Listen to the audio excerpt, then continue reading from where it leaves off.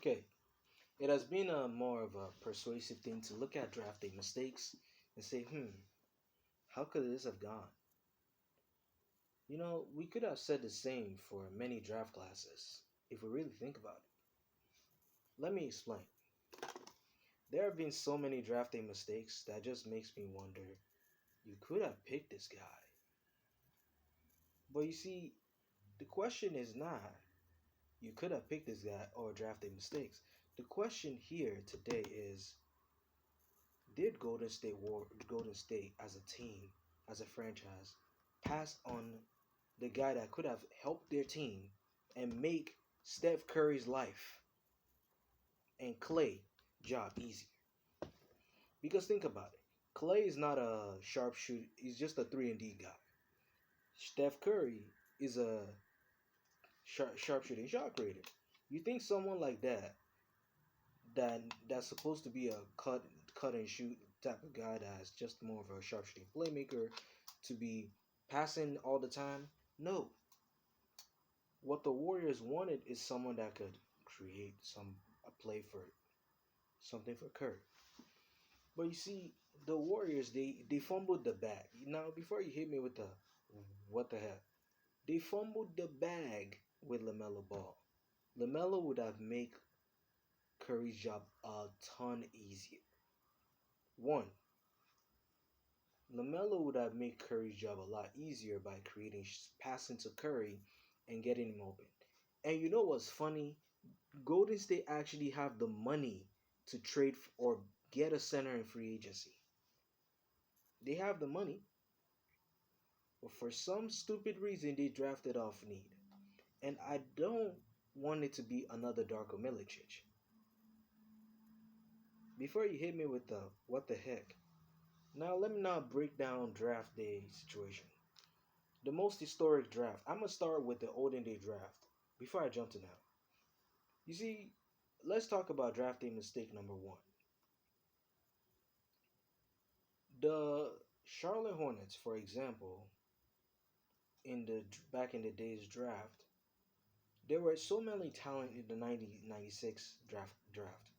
There were so many talent. So you can't blame some or most teams for passing.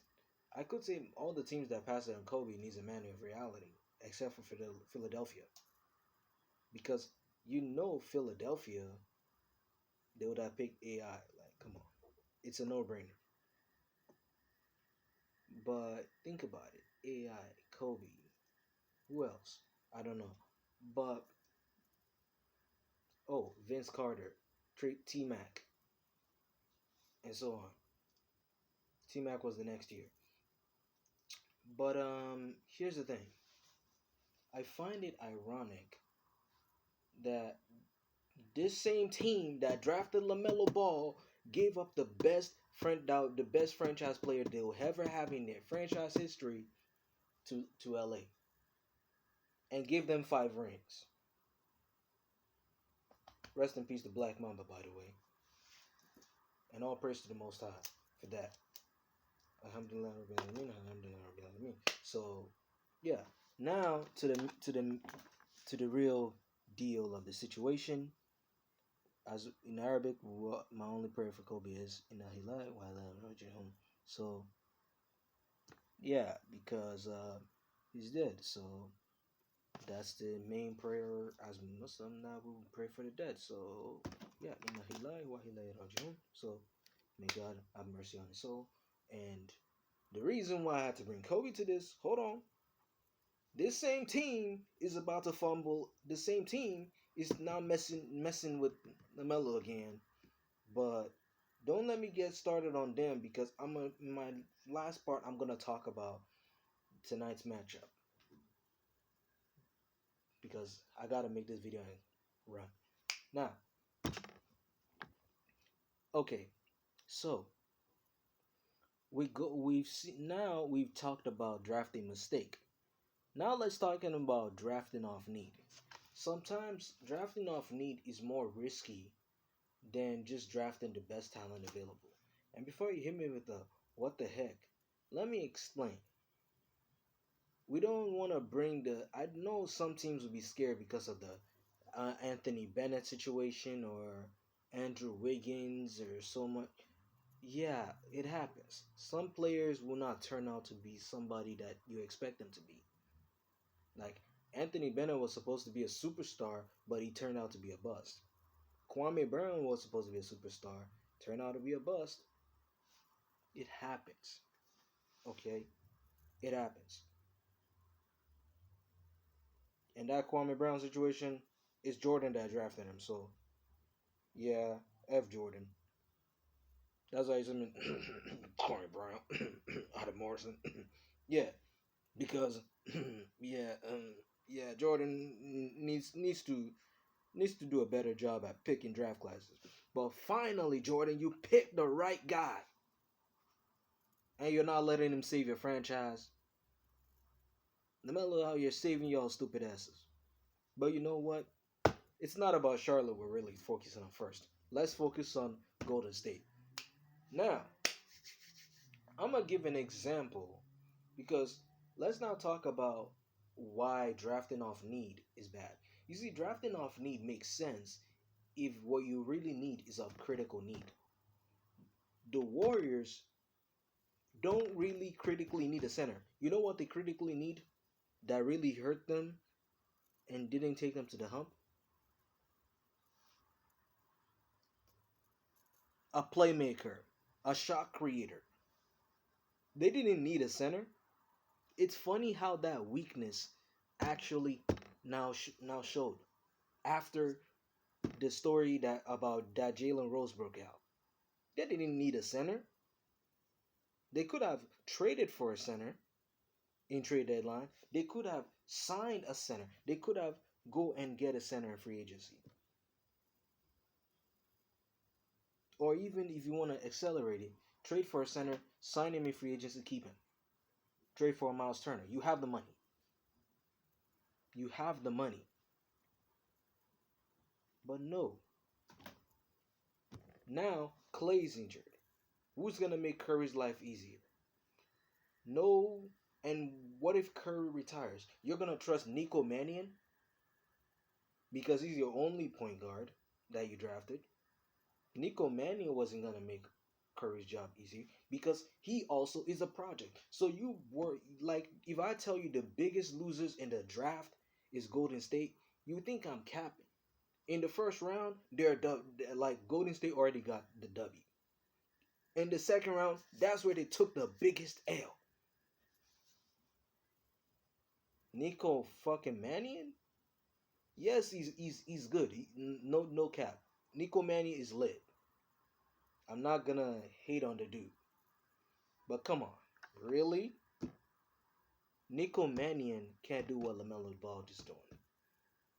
Can Nico Mannion finish with both hands? Like lay the ball up with both hands? Can he do a 3-point line floater? Or a mid-range floater? Nope. This is what I'm saying. Does he have that quick pace vision that LaMelo Ball has? Nope. Nico Mannion is a scorer, an athletic scorer, by the way.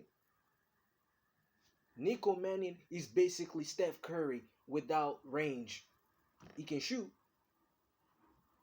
but he can't shoot like Curry does. That's just keeping it fact. That's Nico Mannion for you. He's a scorer, but come on.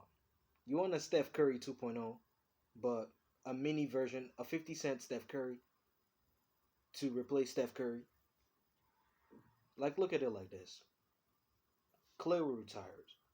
Curry retired in about 4 to 6 years. Now, let's now exemplify. Who's going to take the reins of Curry when Curry's gone? The Warriors will be in shambles the moment Curry's gone. You need someone who would be more of someone that would elevate for Steph Curry and helps the Warriors and be the franchise player after Steph Curry's gone. LaMelo Ball could be that guy. The Warriors didn't do that shit. They drafted Wiseman. What would Wiseman do? And you know what's funny? Steve Karen, yes, I don't want to hear the no. Steve Karen, the coach, could have actually, yes, used big man in the offense, but he doesn't. His offense is so predictable that here's how it goes. So let's do a basic set. Normally, the play is this: Draymond brings the ball up the court, right? Majority of the time, the big man is the playmaker. Now tell me, can Wiseman pass the ball? No. Wiseman is a traditional big man that can shoot. He's basically that big man, and this brings me to Kevin Durant because you see, remember when I said that the Warriors fumbled the bag with Lamelo? Let's now look at teams that actually fumbled the bag when they could have actually picked. Imagine you're now the Detroit Pistons. You're on the clock. You have four talents to pick off. Darko Milicic was a European star, but not a but you don't know his potential in the NBA. Darko Milicic, uh, Dwayne Wade, Carmelo Anthony, and Chris Bosh.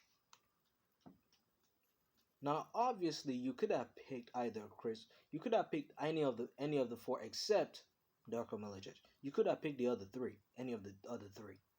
But for some reason, knowing that the next best thing is Carmelo Anthony, you picked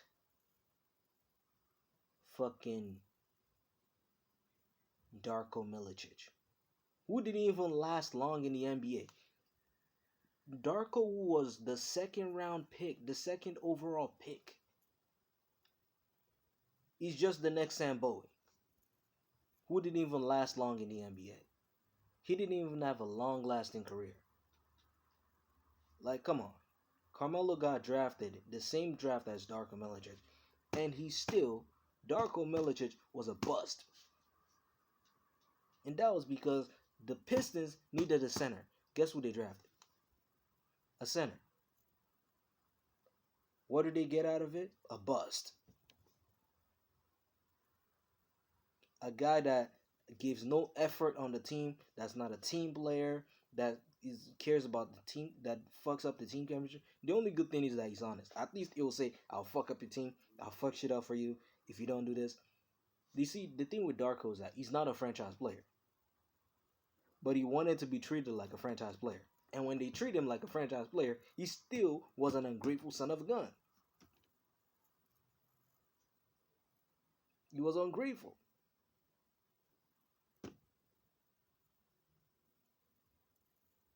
But the thing is, the coach didn't really feel like he is franchise player worthy. And I would have said the coaches actually did the right thing, not giving him enough minutes. Because this man tried to fake an injury and bring Vucevic. Yes, Nikola Vucevic. Okay, maybe I'm reaching there. But one of his center that played in Orlando, he tried to fake an injury just to get him in, and that guy took advantage of it. Now that guy's still in the NBA today. Where's Darko now? The guy who faked an injury for that guy to really hoop. But you see, now let's now get to the draft that the Warriors actually drafted off the best player available. To tell you that I was really doing my research. You see, anyone that played 2K10, you should understand. When I go to the Warriors roster, I looked at their depth chart, right? Their lineup. Now, minus my player. Fuck that nigga. Minus my player.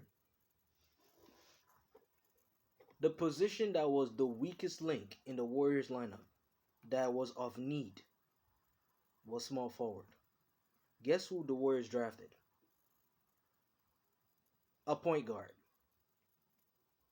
They drafted Steph Curry. And now Steph Curry's the franchise player. If they had did the same bullshit that they did in the 2020 draft that day, they would have been the biggest laughing stock of all time. Mark Jackson, and I'll say it again, and LeVar was right. Steve Karen is the word like didn't do shit. He just inherited a team. He inherited a team. He didn't earn shit. He only walked in and got three free rings, and that was it. And the funniest thing is that it actually blew up in his face. Let me keep it real. Let's see. Since those 3 years, how many times have the Warriors actually made the playoffs? Let alone actually win a ring or be in the contention for playoffs. Oh yeah, none. After the time KD got hurt and the Raptors smacked them and sent them home,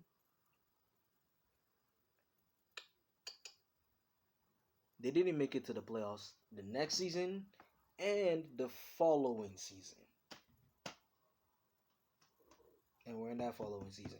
And I don't think they're gonna make the playoffs. And if they were to make the playoffs, it's either the playing tournament where they'll get bounced out. Because let me keep it real. Let me tell you, let me give a realistic fact. Wiseman's stats depleted significantly when he went to the bench.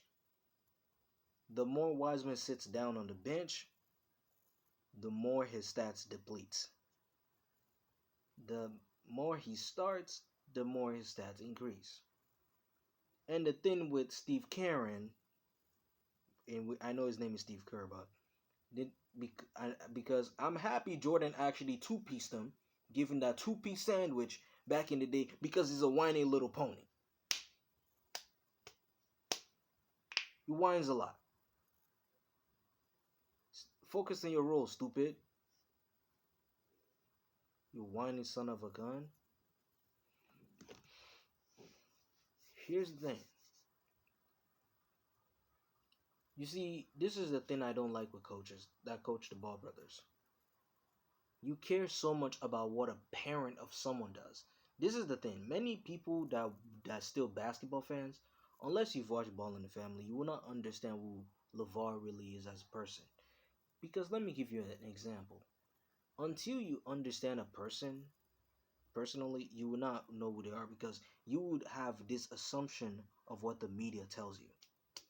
No, when I watched Ball in the Family, I started to understand who LeVar is because I used to be a part of criticizing because I'm like, let your kids choose their own brand and be in charge of their own thing and stop trying to control them in their choices of what they choose. But the truth is, LeVar doesn't care if his kids wear Nikes, Jordans, Adidas. He doesn't care. As long as they still rep the brand. As long as they still stand with the brand. The family brand. BBB represents the three Ball brothers. And all the fools still don't understand that. Maybe y'all still don't understand realism. Now, we're going to look at that part where I say Warriors drafted off Steph Curry. Now, if you pay attention, when they hired Mark Jackson, that was when the rise of MVP Curry started. You see, the Warriors drafted Clay in the first round in the year after they got Mark Jackson. They got Curry, and Clay. And what did Steve Kerr instill in them? What Mark Jackson told Curry is now what the media is reiterating. Isn't it funny? According to DJ, Mark Jackson told Curry that he's going to be the greatest shooter of all time. And it's going to happen. Curry is about to beat Ray Allen's record for the most threes in a single season. Oh yeah, he already beat that shit. For most threes, career-wise. Curry's about to beat Ray Allen's three-point record. I think it is based off season, but Curry is actually about to beat Ray Allen's record for most threes in a single season. That tells you a lot. This is the same guy that they all said back in the day they never even expected him to be anything because his ankles are trash. His ankles, he got glass ankles. Isn't it the same guy? Now we're calling him Chef Curry, right? But it wasn't Chef Curry when he had glass ankles. When the Warriors drafted off best talent available, what happened with them? They got the best result possible. And what did that do? Because just like Charlotte did with Kobe when they could have kept Kobe and built around Kobe, the Warriors did the same. Instead of that, the Warriors could have traded for a big man. You have the money to get a big man. You do not need to draft up on. Now you're gonna draft Victor Oladipo when you can get Victor Oladipo plus Kemba Walker plus Steph Curry all in one in Lamelo Ball. And don't, yeah, in Lamelo Ball. Now, before y'all hoot your horses now, let me now explain something. For all the people that think LeVar was unhappy that Golden State actually passed on his son, you need a man of reality. LeVar was not mad. Let me explain. I would refer to LeVar, right, when it comes to all these things. With the number one pick in the NBA draft, the Minnesota Timberwolves select Anthony Edwards. LeVar's response? Damn, we don't only live in the cold. Minnesota cold. Thank God. LeVar was excited that Minnesota passed on his son. LeVar's words. I know it's ball in the family, but you see, movies can give you an illusion of what's happening. Pick number two, the most important one, that LaMelo was shown like this. When I watched LaMelo's demeanor in that ball in the family video, LaMelo's demeanor was more suppressed when Golden State passed on him than LeVar was. I want y'all to go and watch the video and pay attention to LaMelo's body language and LeVar's in all the three draft picks. The first draft pick, LaMelo was just like, "Yep, thank you for passing on me." The second one, LaMelo was like, "Yup, I hope they pick me now," and they fucked it up. LaMelo was disappointed, but yet he doesn't want to show it that he was disappointed. But homeboy was excited when Charlotte picked him. But before I get to LeVar's response with Charlotte, let me get to Golden State, the one that y'all don't pay attention to. LeVar's response, Golden State, with the second pick in the Golden, this is Adam Silver, with the second pick, with the second overall pick in the 2020 NBA Draft, the Golden State Warriors select James Wiseman from Memphis. LeVar's response, Golden State Warriors already have a team, and they wouldn't let LaMelo be LaMelo and play freely in his mind. That's LeVar. LeVar was so excited that I'm like, but I thought you were mad. Normally, I already watched the video like on draft day. I already watched the video post draft day. So, but I literally went back and watched the video just to collect more evidence for me to explain, even though movies sometimes can't tell the real story. But LeVar was elated. But watch when it came to Charlotte. LeVar's response, LaMelo, you're going number one to the greatest of all time. You're going number one to Mike. And Adam Silver was telling LaMelo, you're playing for Michael Jordan. LeVar was like, you're going number one to the greatest of all time. My son's going number one, but he's going number one to the greatest of all time. But I thought people were saying that LeVar hated Jordan, or LeVar was gonna beat Jordan one-on-one. You see, people don't understand marketing, man. All the things LeVar was saying about Lonzo, and LaMelo to Steph Curry, is just marketing. He's trying to market his sons. People like Patrick Beverly, dumbass, and I'll call him a dumbass because you took it too personal. You're just like Steve Karen. You're a dumbass for taking it too personal because I don't understand something. You see, all the antics LeVar was pulling was just to market his sons. And all of y'all were so gullible to not use your brain cells. The reason why I bring this up is because LeVar did the most smartest thing any NBA father ever did. He marketed the Suns by trash talking others on it. And y'all are so emotional. The NBA to me is the most softest league I've ever seen in sports history. I don't understand how the coaches and the GMs and the team in the league are this delusional to the point that they're so gullible. You fell right into the trap, bro. Don't even get me started with Fluke Walton, Stan Van Gundy. Alvin Gentry is the only one that's the outlier because Alvin Gentry did a fantastic job coaching Lonzo, and he's the only one that actually used Lonzo properly. You know what he did? Everybody run fast, run up the court, let Lonzo do what he does. And they were all winning. Now hear me out. Fluke Walton didn't trust Lonzo. Before you hit me with he was given the keys. If you were given the keys, why are you going to be sent to the bench when your dad says something crazy? He just loved his sons. LeVar was a marketing genius that so many of these people don't really use their head. I've already said LeVar's reaction, and I will link the Facebook video for everyone who want to watch that Ball in the Family video for y'all to really see how LeVar really reacted to the draft. And you'll be surprised, but pay attention to LeVar and LaMelo's demeanor in the number 2 to number 3 pick. You will see that LaMelo was so excited to come to Charlotte.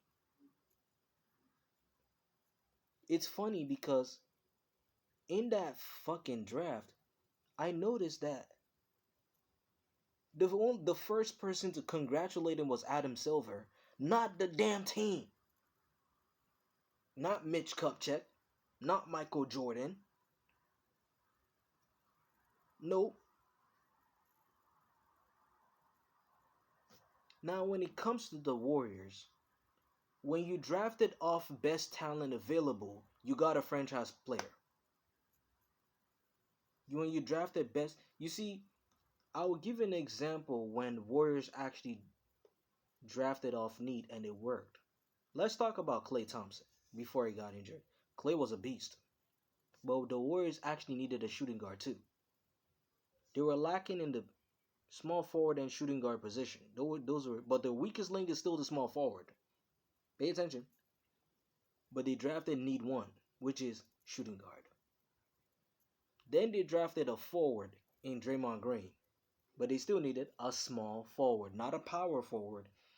But they drafted best talent available in Draymond. And it worked because now they got a defensive anchor on the team.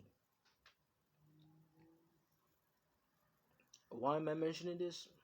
It actually helped their franchise. Now you drafted off need, and I'm now skeptical. I'm not going to say Wiseman is a bust. I'll wait for a few years and see. But I don't see Wiseman being a bust. It might be the greatest number 2 overall pick. Because this reminds me of Carmelo's situation a lot. I mentioned how Darko Milicic turned out to be a bust when they could have picked Carmelo. And before anyone bring the Melo debate, you need a manual of reality. Let me give you a fact about Carmelo and LaMelo. They were both number 3 overall picks. That's fact number 1. Number 2, they were playing for a franchise that were trash, that needed a manual of reality, that needed a franchise player. Number 3, they brought attention to those teams. Look at how many people are. Look at this, for example. Denver. Who cared about Denver before Carmelo? Oh, wait. Zero. No. Zero. Nobody cared about Denver. And before you bring Nikola Jokic was still in Europe, still being a little kid before this ever happened. They ain't no Nikola Jokic. Nikola was in Europe, still out here playing in the street, dreaming of being an NBA player at this time. LeBron is already off the table. Now, the Pistons could have picked Carmelo. They picked Milicic. I've said it. He became a bust. Even though he lasted 9, 10 seasons, and that was it. The guy was shit. Let me keep it real. He was shit. Like, he didn't accomplish a damn. Like, goddamn. He didn't accomplish a goddamn thing. That's how Darko Milicic was. Barely anyone cared about Detroit. But people cared about Denver when Carmelo got there. Carmelo made Denver a box office place. You feel me? Same thing with Lamelo. And before you bring me there's only one Melo, you need a man of reality. That's like me saying there's only one Steph or there's only one PJ. Yeah, PJ Dozier played in last year with the Denver Nuggets. I guarantee if it was going up against PJ Washington, there's only one PJ. There's only one PJ, right? Or saying there's only one Steph, or one Kyrie, or one James, or one Green, or one Chris. You see the lack of critical thinking in the media? The reason why I had to bring this into the situation is because I bring 3 fun facts. Now let me now tell you the main difference with the Melo situation. Yeah, you see, the Melos, one was given the franchise player treatment from the jump, the other wasn't given franchise player treatment for the jump. He's still not even being given the franchise player treatment. He wasn't given the keys. The coach didn't say, "Hey, Melo, be Melo." The coach is like, "I want you to be Lonzo." What the fuck are you doing? And they're doing the same with his brother. They're making his brother be Jello. What the fuck is this? Like, I'm sorry. Lonzo's not Jello. He's not a 3-and-D wing. He's a pattern point guard. According to Watson, he's a pattern point guard. You don't let a pattern point guard be non-pattern. Impossible. And you don't tell a non-pattern point guard to be pattern. It doesn't work like that. You want that, you should have traded for Wiseman. It would have worked for you. Because the Hornets also needed a center. But at least people are saying, well, the Warriors are looking into Victor Oladipo. Victor Oladipo? Yes, Victor Oladipo is a shot creator.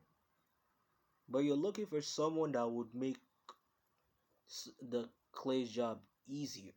There's a difference. You can be a shot creator and be a scoring shot creator. But you can be a shot creator that can pass the ball to people. Victor Oladipo is athletic than LaMelo is. The thing is, you want someone that can catch lobs, or you want someone that can get everybody going and doesn't need to do too many dunks. That's the risk. But here's the thing. We all know how the Warriors draft went. But we already know how this is going to go. We already know how this is all going to go here. Right? The Warriors as a whole needs to really, really rethink. Because you wanted Victor Oladipo. Oh, and in other news, the Knicks are interested in trading for Lonzo Ball. I just hope he goes to the Knicks, but if you're gonna trade in the Knicks, you gotta get rid of D Rose, bro. Because D Rose, I just don't see the fit, man. Like, doesn't work. Somebody will have to sacrifice something. Because the reason why I have to bring this in because it's gonna make things a lot more different. So now let's jump to tonight's game. Hornets versus Pistons. I know fans are not gonna be here yet. On my birthday, I'm gonna make a prediction too about the Denver and thing but you know what? I cancel that. Um, you see, the biggest nightmare is coming for this thing. Now, prediction that what will happen? My prediction for this game: Pistons versus Hornets. Hornets will lose. That autopilot defense. That autopilot defense gotta go. The reason why it's the autopilot defense, I'ma let y'all guess. That autopilot defense got to go. Like when would JB learn? But you know what? I can't wait for Saturday because Saturday will be his worst nightmare if he ever fucks with Lamelo. I can't wait to hear some fuck JB and JB gotta go. I don't care if fans get ejected, but this man's gonna be hearing it. He's gonna be hearing all of it. He's gonna be hearing all kind of hate. So, did Warriors fumble the bag? Yes, but when it comes to Wiseman, I don't know yet. That's my whole thing. Alhamdulillah Rabbil Alameen. Alhamdulillah Rabbil Alameen. And thank you very much.